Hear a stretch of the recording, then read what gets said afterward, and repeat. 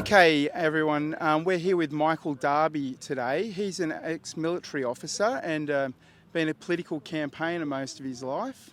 And I'm sure he's got some very interesting things to say. Michael, over to you. Look, thanks very much for the opportunity.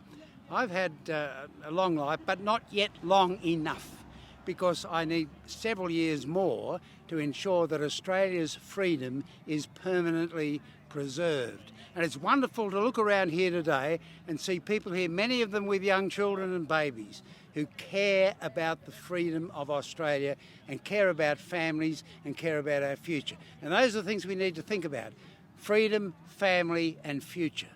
And to ensure the freedom, family and future of Australia, we need to get rid of the present federal government without replacing them by an Albanese government, which would be no less corrupt and even worse as an enemy of small business and individual liberty. And the way we do that is encourage the emerging political forces, the pro-freedom candidates and the pro-freedom parties, to collaborate. And by collaborate, I don't mean cooperate, I don't mean work together, I mean collaborate. And all they have to do to collaborate is agree to put on their preferences the Greens last, the Labor Party second last, and the Liberal Party third last. And the reason it must be in that order, I will explain. There are 70 or 80% of the Liberal voters must come to the freedom parties.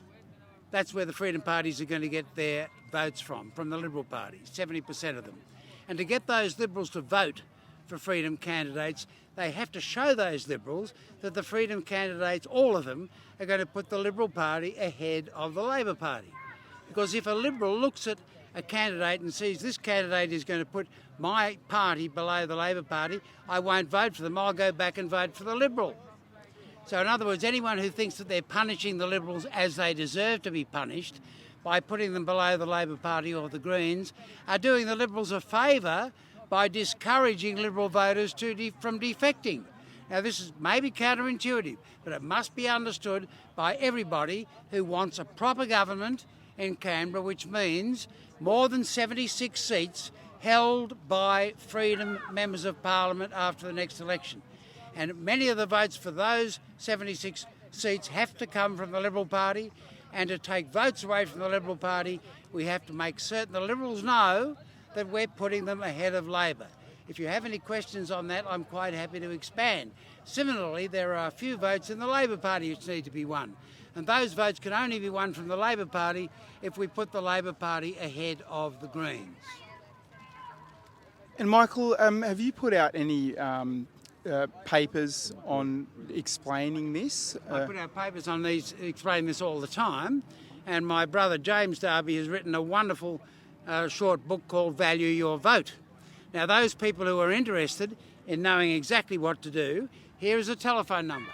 All you need to do is send a text message to this telephone number with the word link. Just send the word link to this telephone number and you will receive a message back which will explain it all. That's fantastic, Michael. You and your brother, sounds like you've been politically involved for many, many years. That's true. My late father was Douglas Darby, who was elected to Parliament a couple of months before I was born, which is why I fought my first political campaign in utero. And when I explained that to a journalist, she asked me what electorate was that in.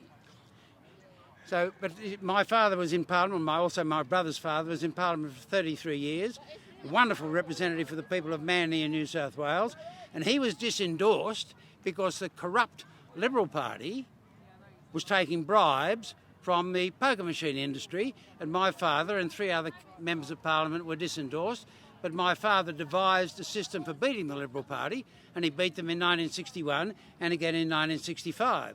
And it's based upon that brilliant system that my father established that my brother and I are now helping pro-freedom candidates all around Australia.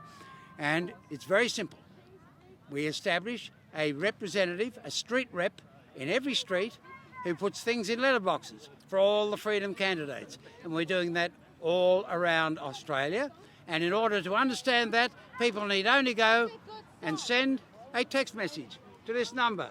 Just send the word link. Fantastic, Michael. One more question.